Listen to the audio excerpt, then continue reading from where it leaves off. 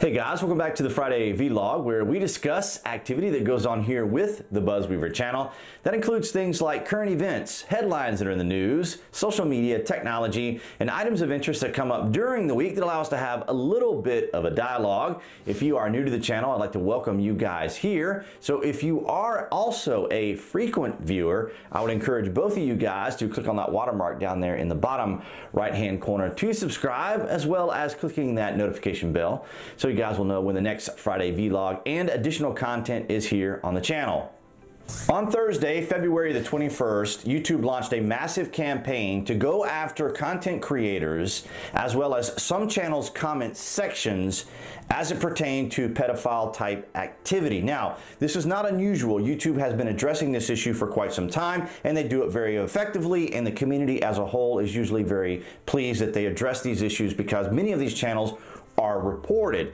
You also may have seen on Facebook, which was heavily shared, an article about an 8-year-old who had committed suicide as a result of a challenge channel, or a channel that had directed its content towards children to engage in risky or dangerous behavior, as well as a particular individual who was kind of brigading fellow YouTubers and other channels by suggesting that these channels also dealt in nefarious activities while he himself was engaged in interacting with underage females. So we had all this going on. Now that you know the context of what was going on here, the thing that concerned a lot of viewers that particular day is from an article that I will read for you now. From the tweet you guys see appearing there on the screen, it reads, "With regard to the actions that we've taken, even if your video is suitable for advertisers, inappropriate comments could result in your video receiving limited or no ads," which is the yellow icon that will appear next to our videos.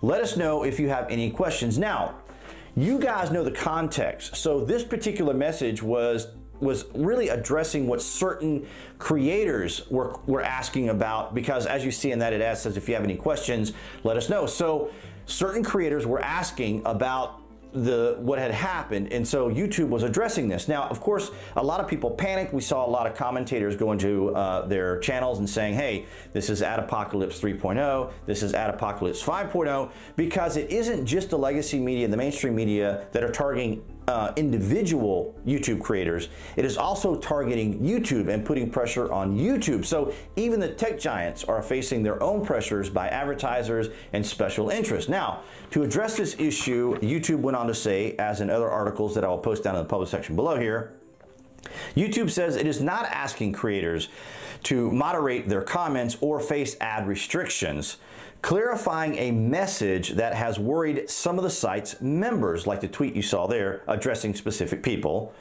Yesterday aimed controversy over child predators congregating on YouTube. The Team YouTube Twitter account stated that, and we just read that, the inappropriate comments could result in videos having limited or no advertising. A YouTube spokesperson, however, tells The Verge, which is the article that I will link below, that the problem isn't basing these limits on creators or comment sections. Instead, YouTube moderators are evaluating videos that seem likely to attract predatory comments, then restricting advertisers as a short-term fix. So this whole thing was kind of a short-term thing to address activity that was going on YouTube, and it kind of sent the community into a panic. But nonetheless, as of now, I'm not aware of any particular channels that I'm familiar with or individuals that I know that have been affected by this, but nonetheless, it was kind of an interesting panic. But again, this illustrates or allows us to see that how activity within the social media community can affect a larger range of people, and how people react to this type of social media activity, and how things can be taken out of context. But nonetheless, if you want to read all about what had happened this weekend and early into this week, I'll leave those links down in the public section below. Earlier this week, we learned that Tommy Robinson was banned from Facebook and from Instagram. Instagram, of course, is owned by Facebook. Now, we have talked about Tommy Robinson here before. He's an activist, he's a journalist, and he is very prominent within the community of activism there in the UK, and he is a frequent target of special interest and by his own government. Now, essentially what happened was they were trying to suggest that Tommy was fomenting hate, that he was spreading or inciting violence on these platforms. But the reality is this. On Saturday, February the 23rd, Tommy Robinson had a rally. This rally was attended by about 4,000 people. It took place in Salford, right next to the BBC headquarters. And what he did was he put up a gigantic screen for all the public and attendees to see a documentary that he created called Panodrama. Now, this is kind of a play on words of the BBC's Panodrama, which is a highly respected, highly trusted documentary series that is produced by the BBC and its particular presenter. So basically what happened was Tommy Robinson was contacted by some of his former employees. These former employees were being targeted by Hope Not Hate and the BBC in this, or the Panodrama crew or producers, whomever from the BBC. And so essentially what happened was they contacted Tommy, and Tommy says, okay, here's what we're gonna do. And he basically sets up a sting operation, right? So he puts a camera and a wire on Lucy Brown. Now they're in a public place, so it's legal for them to do this. And he essentially records the activities of this presenter from the BBC, from the Panorama series, basically trying to get dirt on Tommy. And the same thing with some of his former employees. And so he basically then proceeds to have an interview with the actual Panorama individual, and then he starts breaking all of this information out, where he's showing Hope Not Hate is trying to target him, and how even the Panorama people are trying to target him. And it's very interesting because normally when these types of interviews take place, it is the interviewers, it is the media who tries to make the person feel uncomfortable and rattled and things like that. And so Tommy just unleashes on this guy. And incidentally, the BBC actually had to issue an apology to Tommy Robinson because of this. This information was extraordinarily damning. It was incredibly damning.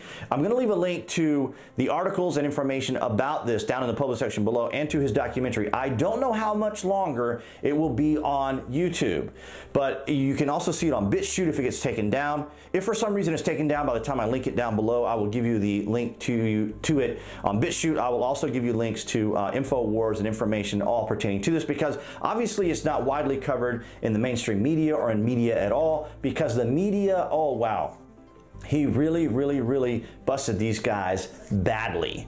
And it's just amazing to see that he had the opportunity and the ability to capture this, because now when they start targeting Tommy, he's going to say, hey, look at my documentary, look at what these individuals are trying to do, and he has physical evidence to prove it. But nonetheless, guys, I wanted to share that with you because it was kind of a very interesting social media weekend and week this week, and I wanted to share this information with you guys so you can see all the information down in the published section below. Before we leave, I wanted to give you an illustration of what the mainstream media does and why he produced this particular documentary, because of the way that he gets the coverage there in the UK. So, from one of these articles, which I'll link down below, Tommy Robinson, the far-right founder of the English Defence League, he's not far-right, and yes, he was the founder of the EDL, but he is no longer the founder of it, but they like to always associate him with it. Now, you see what the media does? They always like to take people who don't agree with them or who aren't in the right think as they are, they're all far-right. That's just kind of the blanket statement that they make. So, Tommy Robinson, the far-right founder of the EDL, has been permanently banned from Facebook and Instagram for repeatedly breaking policies of hate speech, Facebook said. So there's a fine line as to what hate speech is, but basically the translation of this is Tommy's wrongthink. Okay? The company said Robinson, whose real name is Stephen Yaxley Lennon, broke rules that ban public calls for violence against people based on protected characteristics. Now, that language is indicative to the UK and not necessarily to the United States. That is very ambiguous language. What is protected characteristics? Does that pertain to MAGA hat wearers? Rules that ban supporting or appearing with organized hate groups and policies that prevent people from using this site to bully others. Now, we're familiar with bullying, we're familiar with revenge porn, we're familiar with those types of things, but here it says appearing with organized hate groups. Well, I mean, that hate group is anybody who doesn't agree with the media. So the decision to ban Robinson from social media sites could threaten his ability to reach large audiences, which is actually the whole deal, right? We've talked about this before. It's influence. Influence, right? Money is what we use in everyday life to conduct business and transactions, and money has a certain power to get things done. Influence is the currency that people have to obviously interact with pop culture and society, which is what the media's domain is. See, they're the ones who want to be able to influence society. They're the ones who want to move and shake and introduce ideas and concepts into society so the society will know how to properly behave. All right, so he is already banned from Twitter, which we've already known. And decision to cut him off from Instagram and Facebook will leave him reliant on YouTube. Remember what we just talked about a moment ago, how they're targeting YouTube. So this is kind of a dig on YouTube, right? Let me reread that again here. He is already banned from Twitter, and the decision to cut him from Instagram and Facebook will leave him reliant on YouTube as the only major online platform to provide him with a presence. Now, remember, this is the same thing they did with Alex Jones on Twitter, right? All these mega giants, tech giants were saying, hey, look, Alex Jones is still on Twitter.